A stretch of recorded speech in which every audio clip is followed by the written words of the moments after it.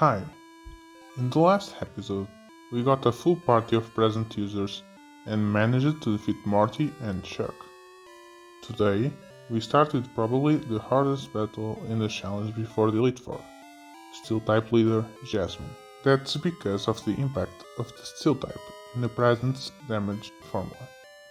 As already mentioned in the previous episodes, the attack value is 10 against every opponent, except rock and steel ones, where it will be just 5. On top of that, steel has natural resistance to normal type moves, which will further reduce our damage output by 50%. It's also important to look at the 3 Pokémon used by Jasmine. 2 identical Magnemites with not only an unfortunate electric steel type, which means that the index number of steel is the one used in the damage formula level variable, but also access to annoying moves, and a level 35 Steelix with, again, an unfortunate steel ground type. Like in the Magnemite's case, the primary type would be better to the damage calcs, capable of dealing a lot of damage to our Pokémon in return. In short, even with 6 Pokémon, it's mandatory to have good luck in order to win the mineral badge. That said, I decided to attempt at least one time without grinding, so I could really understand how well I was equipped. Not bad. Maybe a full power present will? Thunder Wave. At least the first one is already knocked out, and Miltank is still very healthy. Paralysis? Heal? Speed tie? Okay, we will never win this with just a Miltank. Lucky for us, there is a lot of XP to farm in Mahogany Town. As you may know, the Mahogany Gym is full of Ice-type trainers, a special type, so it will be an excellent place to easily grind Snubbull, Wigglybuff and Togepi.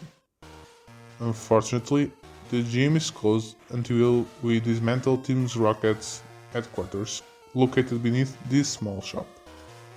The games of the Johto region are kinda infamous for the amount of underleveled rocket minions the player must battle to progress in the storyline. I mean, technically there is a secret switch to skip some battles, but I didn't know where it was. If I didn't miss anyone, I battled 21 times. Obviously, I will not talk about everything, just the most important parts. Pink Ball, the Igglybuff, evolved into Jigglypuff in the first floor. At that moment, I flew back to Newark Town to get the Everstone from Helm and to get a Moonstone in the Tojo Falls. I used the stone to immediately evolve Jigglypuff into Wigglytuff. Pink Ball got stronger really fast. The Everstone is actually useful in this challenge. You see, Delibird is not as good as Miltank and the other normal type Pokémon because its secondary type is Flying.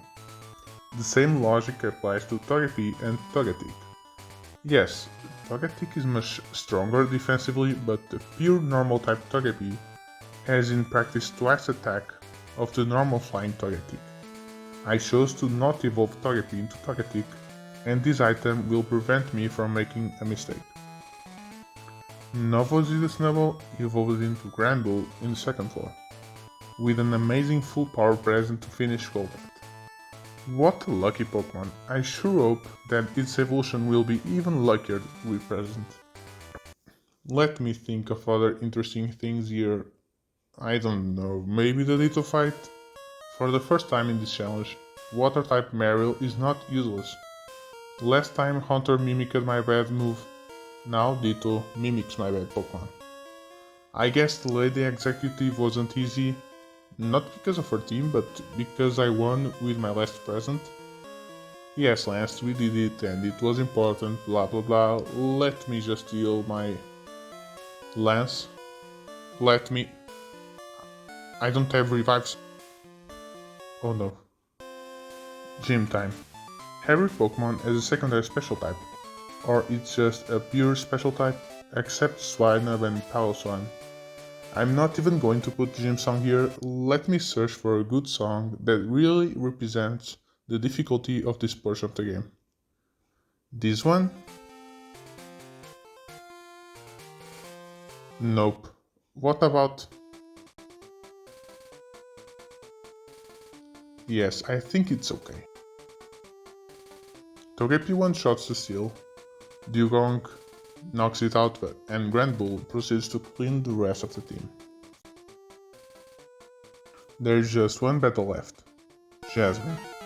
I start the battle with an 80 power present from Wigglytuff, while Magnemite uses Thunder Wave and Supersonic. I switch to Togepi, but it gets one-shotted. Miltank gets paralyzed and confused. This attempt isn't good enough. I managed to reach Steelix with Miltank and use an 80 power present. Oof, that's not a lot of damage.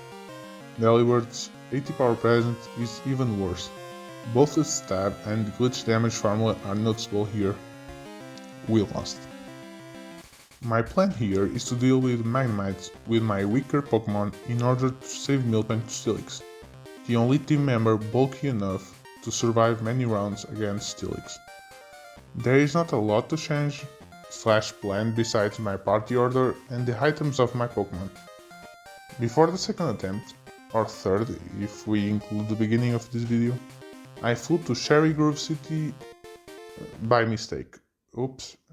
I flew to Violet City to pick up a PR's Paralysis Cure Berry, also known as Cherry Berry in the later games.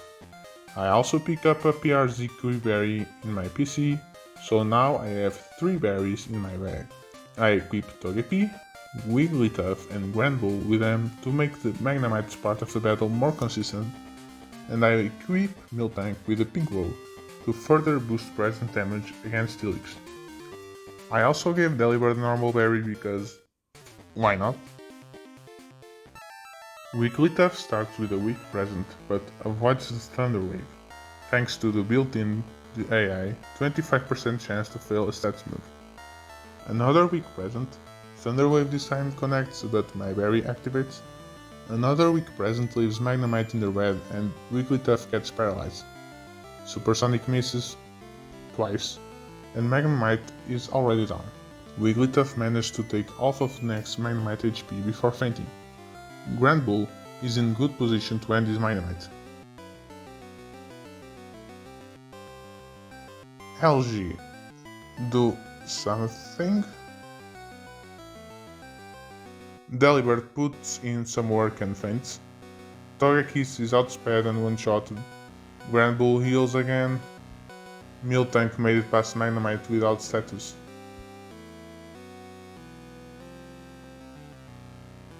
Steelix was too strong. After this, I changed 2 items. I gave PRZ Cure Berry to Delibird and a Quick Law to Togepi.